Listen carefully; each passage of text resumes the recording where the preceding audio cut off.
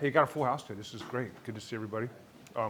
Hey, we're really honored to have an amazing guest speaker, as we do here, and an equally amazing moderator, also from Brave Capital.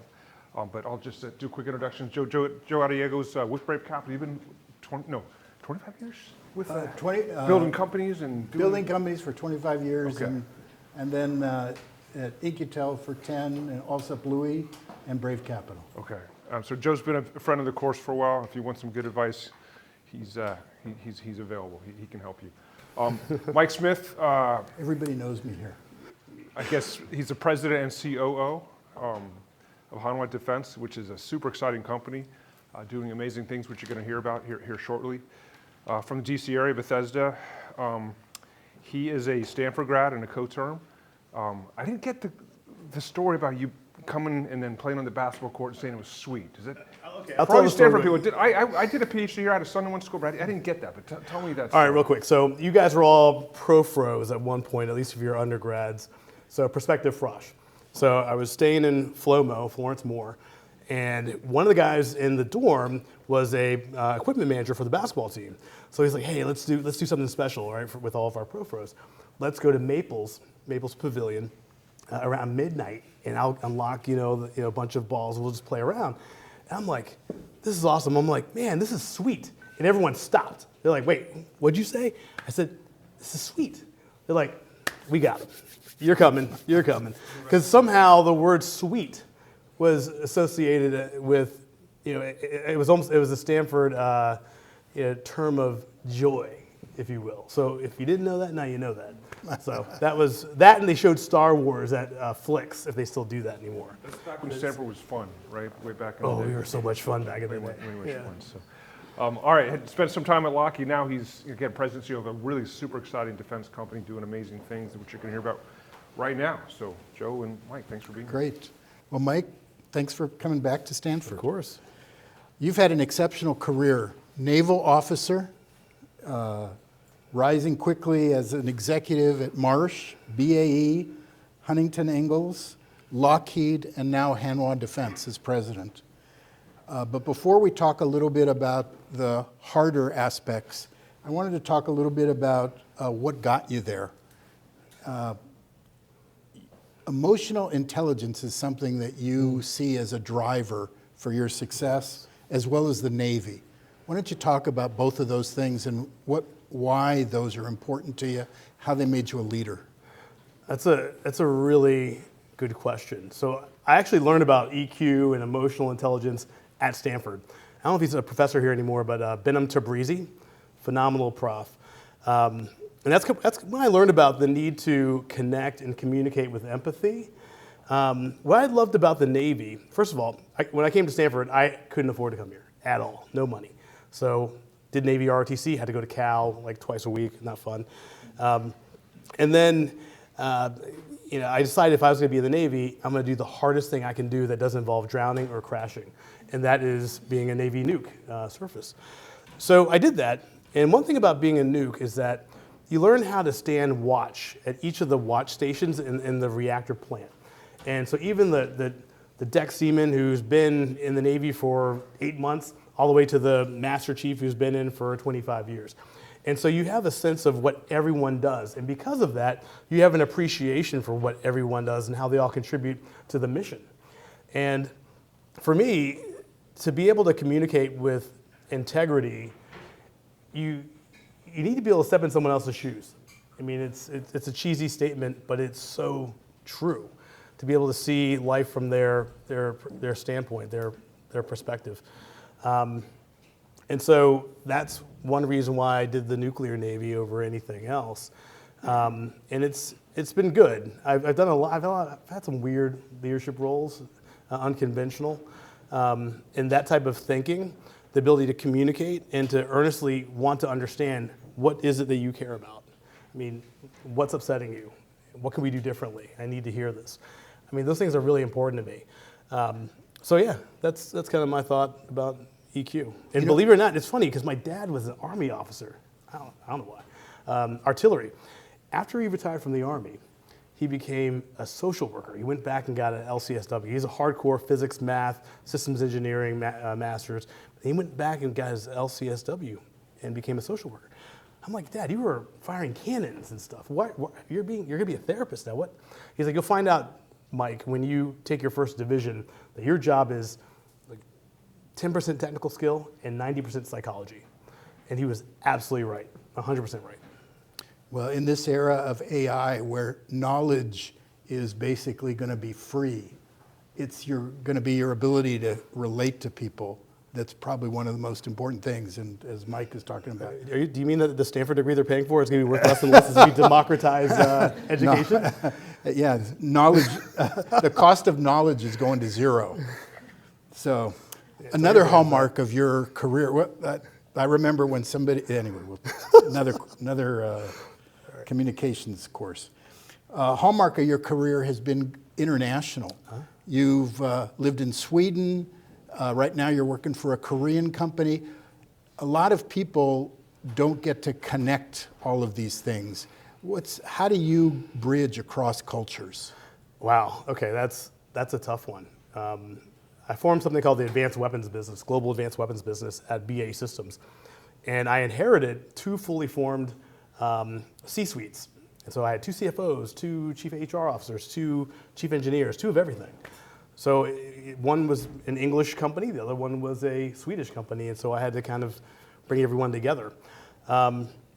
It's funny, one thing I would do, I would have a quarterly business review, and we had it at a movie theater because that's the only place big enough to bring all the Swedes in for this briefing.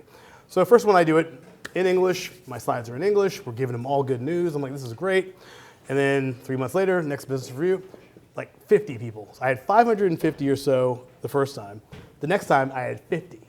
I'm like, I'm the chairman and managing director of this business. I call a meeting, I expect everyone to be here. This is nuts.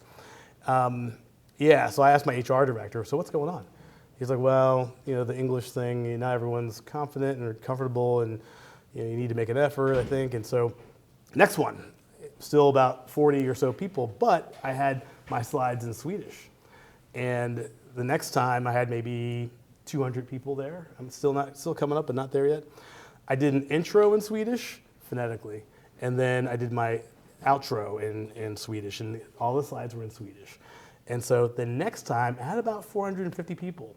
So over that long period, I kind of learned that, hey, if you're going to be in this country, you need to appreciate and absorb some of the culture, and really did that.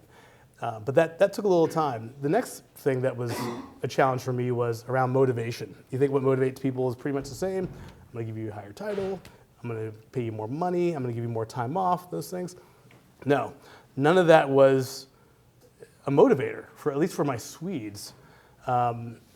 Because of the fact that they're taxed to the hilt, giving a pay raise, they're only seeing a fraction of that, so that's not a big of a deal. Well, giving more time off, well, they get something called semester, which is an 8-week period where they can take just tons of vacation, and it's statutory. Maternity leave, 460 days, taken between when the baby is born and when the child is 8 years old. So free time, they have plenty of that. That's not going to motivate. Titles, it's a very socialized society. And so titles don't mean a whole lot either. People will drive a Porsche, but they'll take the Porsche logo off just to be modest. Yeah, okay, well, anyway, but drive a Hyundai, that'll be modest. So the big thing for them was give me more responsibility, give me more accountability. I mean, that's what people wanted, which is something I never could get. The last thing I'll leave with, I ended up having a leadership session with about 80 of the top leaders. We had about 1,200 people in this division. So I brought in 80 of our top leaders. And I wrote, the company was BAE Systems, and the Swedish company was Bofors AB. So I said, hey, what can bring Swedes and Brits together with a stupid American in the middle? How can you do that? So I got up to a dry erase board, and I wrote the first company, Bofors AB, with AB in real big letters. And I said, so you have the Swedes, I said, and then you have the Brits, which is BAE Systems, was British Aerospace. So then I wrote a big B, big A, and then E Systems. And I circled the AB and the BA in the middle. I'm like, ABBA. ABBA is what brings Swedes and Americans and everyone together. So I'd asked everyone to bring 70s, one outfit, like 70s gear. And I hired an ABBA cover band. And on the table, there was assigned seating because I wasn't going to have the Brits here and the Swedes here and all that. And in the middle of the table, in the centerpiece was an envelope. In that envelope was a song that they're going to have to sing karaoke style with the ABBA cover band. And it was an amazing event. It was absolutely incredible. And we brought a team that was completely fragmented, had gone through some real turbulence. And I guess I was probably associated with that turbulence because they were independent companies coming together into one P&L. And so, I guess it's one lesson there too. Never lose your sense of humor and be willing to laugh at yourself. Life is more fun that way. So anyway, it was a great way to bring everyone together, but it was a learning experience. So you just spoke about P&Ls. Another aspect of your career, it's textbook, that you've moved back and forth from P&L responsibility, and then, next job was a staff responsibility, analyzing the strategy for the company, looking at M&A. Talk about those two different roles. What makes each of them different, and then how is it that you transition so easily back and forth? Man, they are so different. So I'd say that my home plate is strategy and business development. So maybe in another life, I'd be working at McKinsey. Now I just hire them for little projects. And then one year, our CEO, Linda Hudson at BA Systems, she called me when I wasn't selected for a certain role in India. And she said, we're going to send you to create this advanced weapons business. We're going to move you to Sweden. You're going to get all these different parts of, in France and UK. And you need to be, Mike, you need to be responsible for delivering something to someone. You need to have that level of accountability, and you need to create profit and cash for the company. Being staff is nice, but when times get hard, staffs get cut. If you're bringing in cash for the company, you are a true asset in creating value. So I think the guy who discovered the double helix just passed away. So I didn't climb up a ladder. I did almost like a helix between staff, strategy, business development to running, being a president or managing director or anything, something like that, P&L, and then going back at a higher level, trying to bounce back and forth. And so I haven't had a real career path. It's been a career whirlwind or tornado. And so I implore everyone who goes into the business world to make sure that, become really good at contracts or finance or supply chain, but get into the business and earn money for the company. That's essential, because otherwise you just get typecast as a contracts person. Not that there's anything wrong with that, but if you want to have a more vast perspective of the company, move around a bit. Cool. So let's talk about your most recent company. You're now president in Hanwha. What's the global strategy for Hanwha, and how do you fit into it? Yeah, so Hanwha is an interesting company, and I'll talk about just really the aerospace side. There are the three towers. We do shipping, we do finance, we have a venture capital arm, we're in entertainment, we're in the hotel I stay in Seoul is owned by us. So we're in real estate, all kinds of things. But if you look at just the defense and aerospace side, you'd have to take parts of Lockheed Martin, parts of HII, parts of BAE, all my former employers, Northrop Grumman, Raytheon, to create what Hanwha is. Although Hanwha is a smaller scale, smaller than each of those companies individually, but we do space, for instance. We do ground stations and ground control. We do launch. We do buses, so the big spacecraft that carry the satellites. We do payloads. So we do all those things.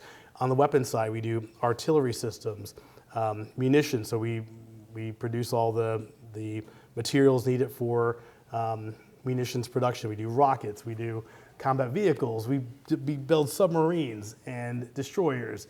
We do everything except for aircraft, so fighter aircraft and helicopters. So we do pretty much everything.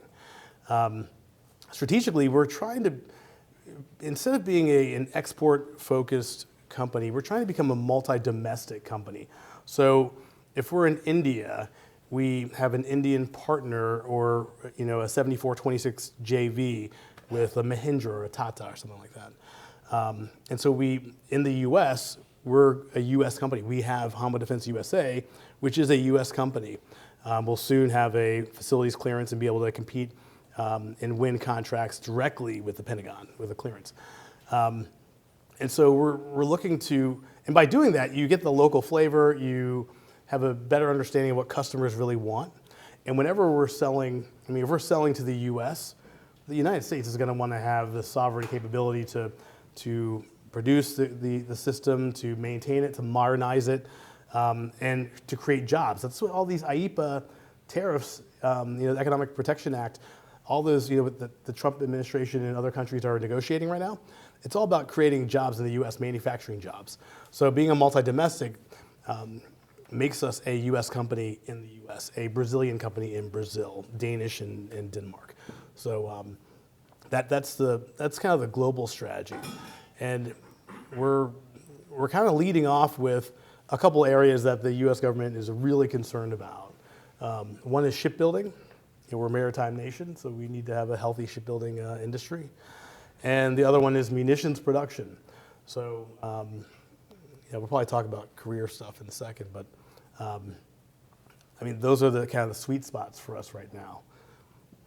So just a year ago, you brought on the shipbuilding. You bought a shipbuilding company in Philadelphia, and you've already got your first contract with the government.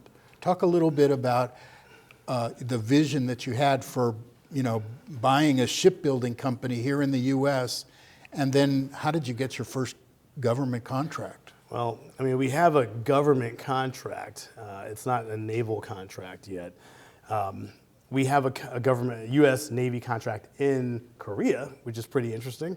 And the reason is because the U.S. Navy has a philosophy of, hey, we need to actually repair ships in theater in the Western Pacific, because if I take a ship 15, all head standard, 15 knots, it'll take me almost 3 weeks to get to San Diego from the western edges of the Pacific and the second island chain.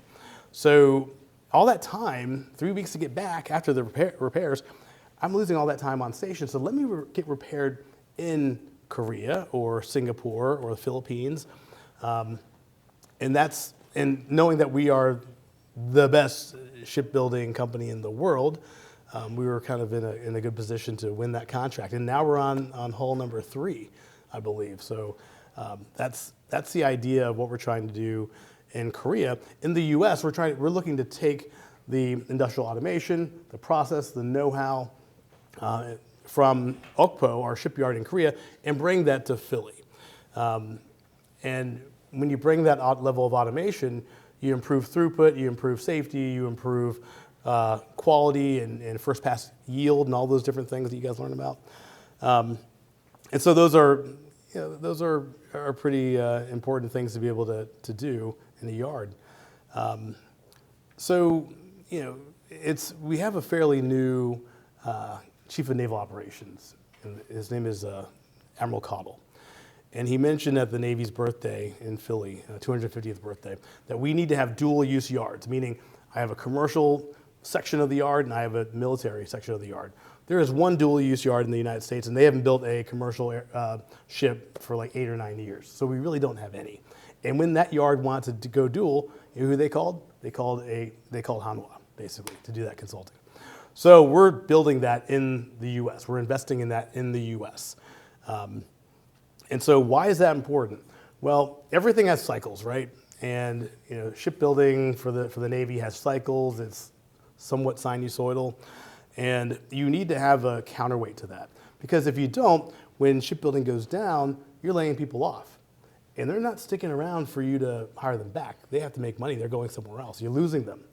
And when you bring people back, you actually have to retrain folks. So how do you sustain a workload at a certain level? Well, you do that through commercial shipbuilding. So that's what we're doing in Philly. So that's, you know, that's a simple part of our strategy. Right now we're doing 1.5 ships a year, going downhill with the wind behind our backs. And we're looking to go to 20 ships a year. And that's a process. And there's going to be investment. We've talked about $5 billion. I'm sure that's going to spread around and be deployed in numerous ways. But it's a pretty grand task ahead of us, and we've already made some real progress. So I'm pretty happy. And we're bringing in automation, but when we closed on this deal, like we had 800 or so employees, and it was late December last year, and now we'll probably close 25 with about 2,000 employees. So we're bringing in automation, and we're hiring dramatically. So it's something that's, you know, sometimes folks think, well, are the robots taking over? Are they going to take my job? Or, you know, how's that working? No, we're actually improving throughput, we're improving safety, and we're building backlog. And so those things, you know, help not just sustain the business, but grow profitably. So that brings up two things. One is, you know, there's a dearth of people that can do these jobs here in the U.S. How are you growing them? And what kind of technologies are you bringing in from Korea? Korea is the #2 shipbuilder in the whole world, second only to China. And it's interesting, you know, their birth rate's going down. Yeah, that's the thing. You know, there's a fractional population growth rate. So you do the math. I mean, you're looking like this over time. And so, you know, robotics and cutting in autonomy, those aren't because they're gee whiz, that's cool stuff. It's because we have to do this in order to sustain and grow our economy.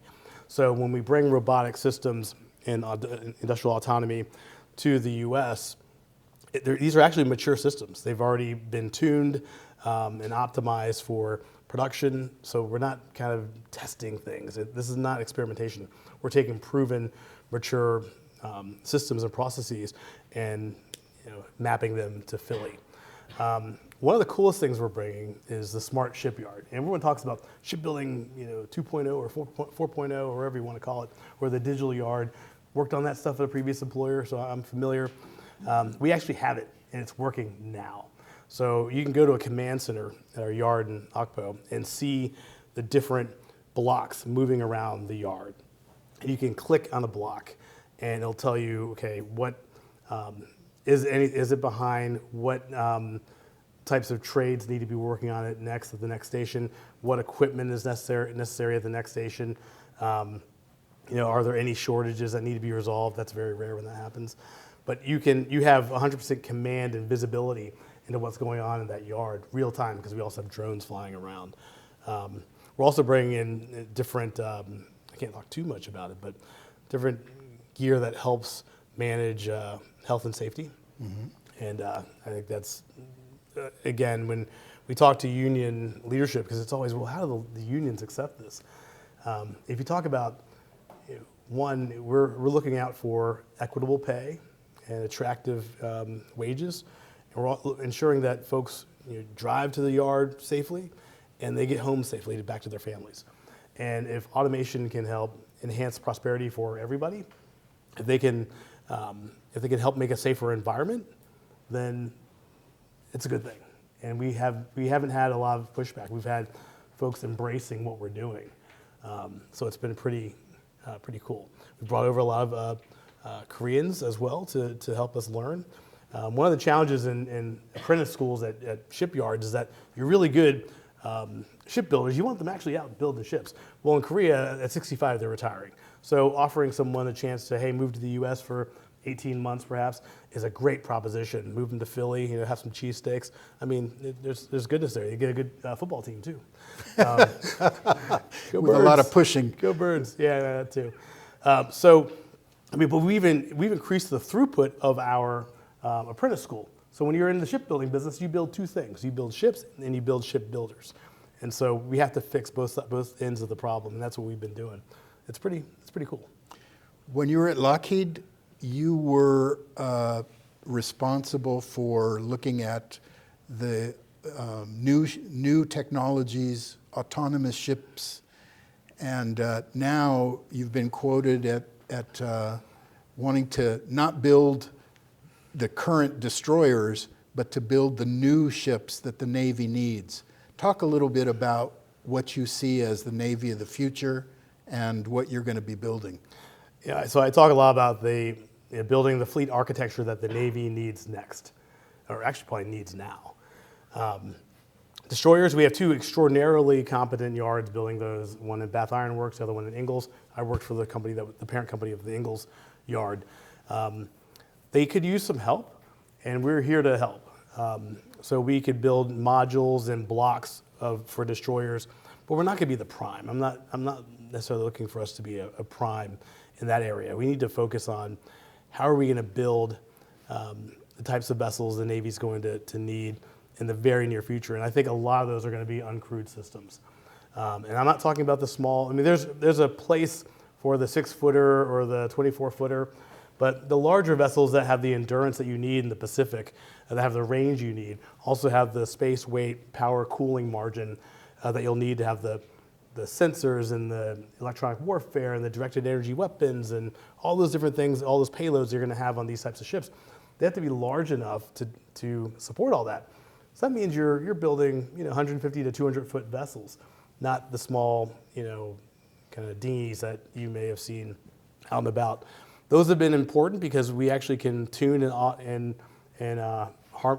optimize software by having a lot of cheaper vessels put into the water and testing collaborative AI and collaborative autonomy. But what the Navy's going to have to have are those larger vessels. And that's where the Navy is converging. I mean, they have a program called MASC, the Modular Assault Surface Craft. So there's no medium-large delineation. It's modular. So that's where the direction they're going. You've heard the president talk about icebreakers. There's an opportunity for us to produce icebreakers there at the yard. We're more than willing and able to do that. Auxiliaries, next generation logistics ship. I mean, that's something of interest for us because the Pacific is a big place, and we're going to have to be able to resupply vessels that are forward deployed. And so you need the type of ship that can support that type of mission. So that's kind of what I'm You're going to be busy. We're going to be busy, yeah. It's not going to be boring. So let's talk about another aspect of your company, and the Korean artillery is the #1 artillery piece used around the world. It's early in your career, while you were at BAE, you were also on artillery. So talk about the transitions that you've seen in artillery and technology from those systems to the systems that you're creating now, and then talk about the future. What do you think the future brings? I bet you guys didn't think you were talking artillery tonight, did you? The technology on the artillery. So it's interesting because we all watch what's going on in Ukraine. We're paying attention. There are lessons that are being, I won't say learned yet, I'll say observed. So lessons being observed. And the Army has determined that they're seeing 3 deficits in artillery. And one is range. They're not shooting far enough. We can get to 40 kilometers or so, and there's a desire to get to up to 70 kilometers. And so that's one. 2 is capacity. How many rounds can I get downrange as fast as possible? We're not seeing enough of a rate of fire in the current systems. And then the 3rd is survivability. What happens is you fire a cannon and a UAV is on top of you. It has EO/IR sensors. It can see the flash, and within 30 seconds you're done. So Ukrainian soldiers are running to the next artillery piece. I used to make those in that global weapons business. They'll go to the next one and they'll have to scramble around. So that's forcing kind of a revolution in artillery. We're doing different types of munitions, but the artillery itself, we're getting longer cannons, but we're adding a lot more automation inside the system itself. I don't know if you've ever picked up you're a soldier, a 155 round, but can you imagine over and over loading? No, it is not. You probably haven't had to imagine. You probably have done it, but I couldn't do it for more than a couple. And so we're adding a lot of automation. Another thing is that there's a desire for wheeled artillery. And what you end up having is a cab like a truck, and then you have a gun and turret in the back, but no one's in that turret. So you have to have complete automation And that's something that we're able to do. What's next, beyond where we already are on the Korean side, is a fully autonomous artillery vehicle. And the challenge, I think, with all that's going to be around trust and explainable AI and autonomy. I think there'll be concerns about that. But yeah, we have, if you think about the NATO nations that share a border with Russia, so the eastern flank of Europe, four of the 6 are buying our gun systems. Sweden's not, though. I tried. A little bit of your time there at Bofors. Yeah. That shows something else, that you got to be there early. Yeah, that's very true. That's very true. So one of the things, just a parenthetic as a point of order, 70 kilometers is from here to San Francisco. So shooting a shell from here to San Francisco, that's a pretty tall order. I'll give Swedes some credit for a lot of things. One, they make the Excalibur round, which has got a lot of, I'm sure you've heard of it, but it's a precision guided munition, PGM, GPS guided. So you could fire and you could say, well, I want to hit, the marina instead of the mission district. You can actually do that. Yeah, it's amazing.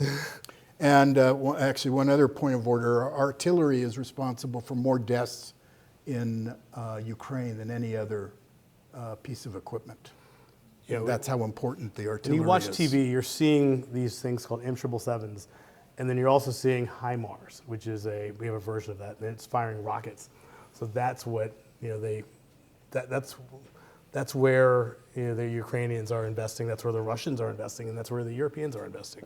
So the U.S., we're looking to make sure that we maintain step with the rest of the world.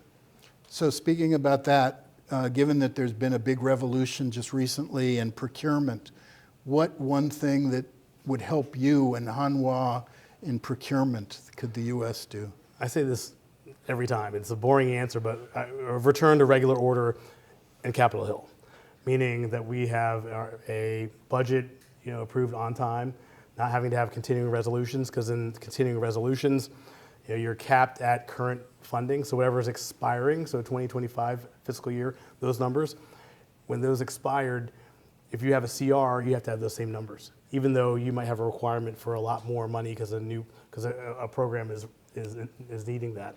Oh, and by the way, if new programs aren't allowed, those are new starts, and typically you're not allowed to do that, and you can't move money between line items. So that would be the number one thing. What the Secretary of War, Hegseth, announced a couple Fridays ago, I think if all that takes, that's going to have a substantial improvement in how we acquire weapon systems. When you take the folks who are trying to decide what are the requirements, what does the system have to do? What does it have to look like? And then the person who's saying, okay, how do we buy it? How do we contract for it? With the person who's like, okay, now how do we manage the contractor and the life cycle elements of that system? If you break all those walls down and you have one organization reporting to one senior portfolio acquisition executive, or PAE, that can make things happen really quickly. The current requirements development process can take up to 3 years to go from an idea all the way up to a program. And that's way too long because, as you know, technology is moving so quickly, design cycles are so fast that by the time something is delivered, it's already obsolete. That's something that we have to break through. So I think the Secretary has a pretty good vision for where that needs to go. The question is, will it take, and will it get deep enough into the annals of the Pentagon so that with the administration change, it doesn't go away? So I think we'll be talking about with the audience in just a second, but before we do that, let's talk a little bit about your career again. You've had many different chapters in your career. That's weird, yeah. It's I learned, I don't know where, I might have been here when I learned about mega trends, things that are sustainable over decades and decades. And so I kind of looked at what are the mega things going on. So when I joined this industry in 2004, we were in the middle of two land wars, land conflicts, Operation Iraqi Freedom and Operation Enduring Freedom. And so I went to the largest land systems company in the U.S., United Defense, and then BAE. And then the conversation shifted, chapter 2, to the pivot to the Pacific. So everything was a lot more about naval power, things like that. So then I went to the leading shipbuilder in the country, HII. So I was the chief strategy officer there, which is pretty kind of fun. But then the conversation shifted again to, it was called multi-domain operations. It became joint all-domain command and control. And it's just different names of the same thing. It's net-centric warfare, where everything on the battlefield can communicate, can use each other's sensors, and they can at some point, they could use each other's weapons. So I'm like, well, what company is best placed to make all that happen? Well, Lockheed Martin. They own the dots, and they own a lot of the lightning bolts between the dots, the communications. And so I was asked to lead their strategy function for the company, that was pretty cool too. And then I started hearing more and more about the biggest challenge to national security being the fragility of the defense industrial base itself. And you saw during COVID how you would have suppliers run out of business. You'd have cash crunches or be in financial distress. And so you saw how fragile that system was.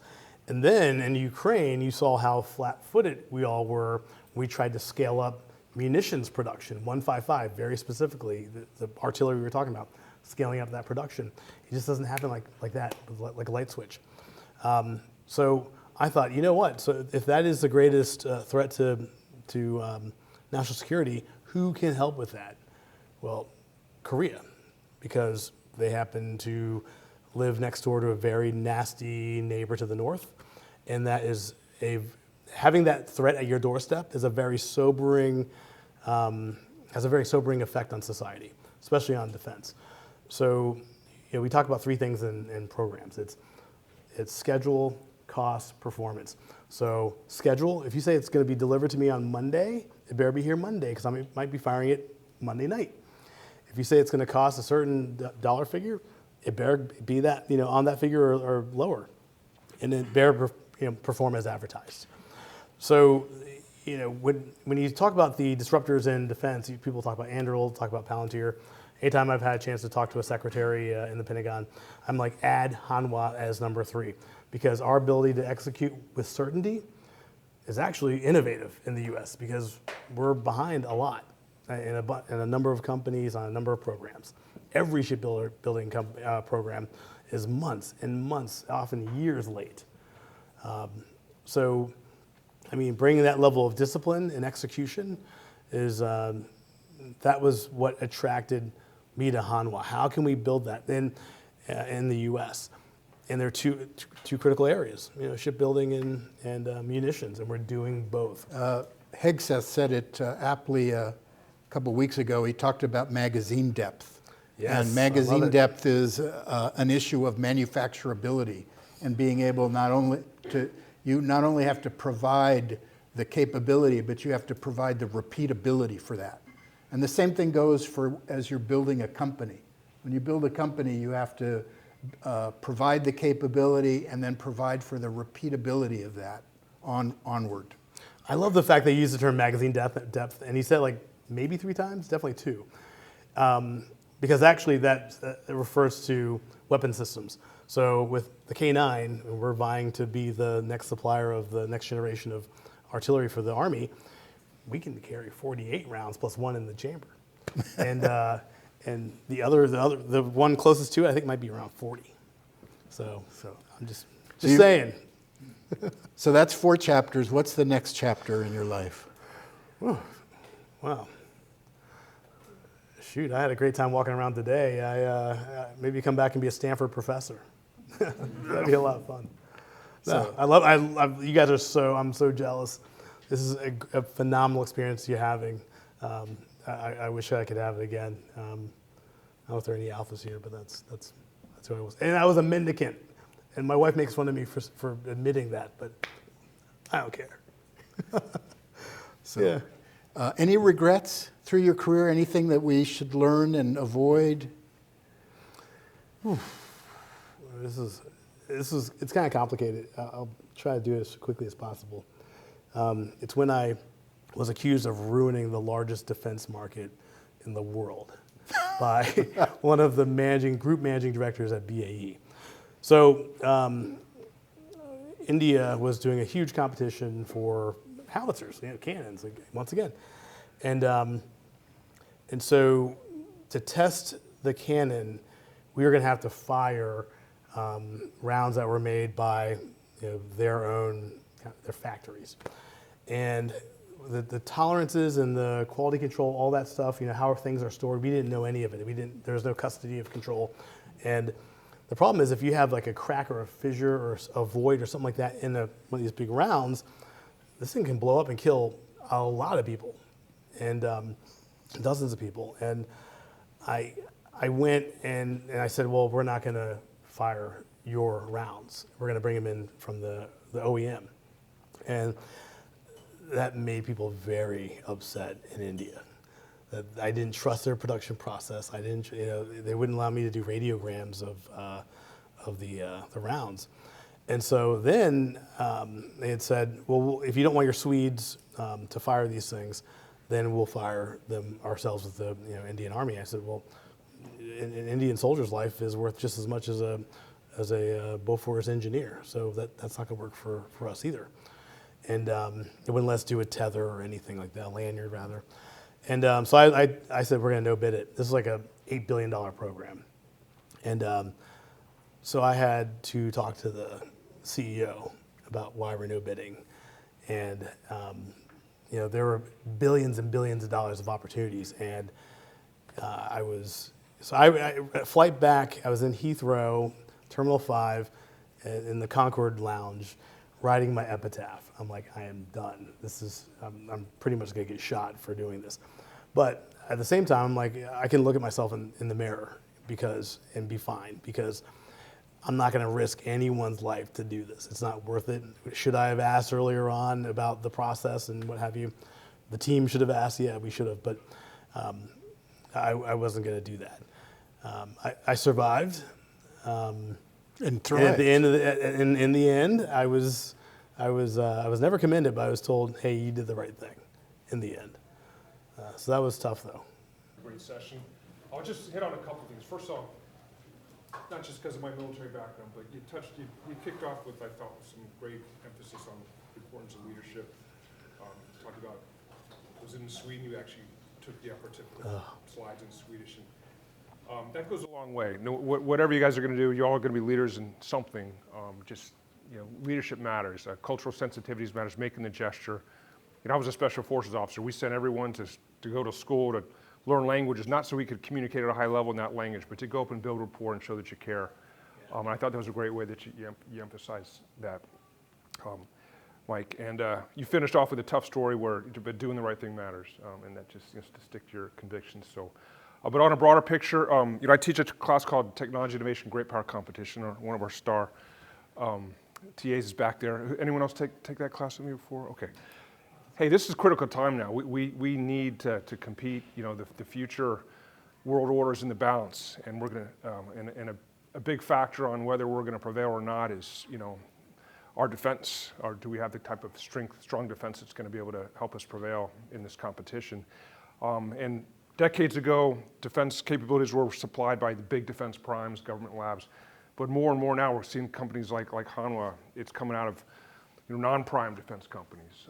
And you talked about shipbuilding and munitions, critical capabilities that we need, and Hanwha's leading in that. So we need companies like Hanwha, and we need leaders like you, Mike, to get out there. So thanks for inspiring all of us. And Joe, thanks for doing a great job moderating this, and thank you all for being here. Thanks for having me. This has been so much fun. This is awesome. You guys.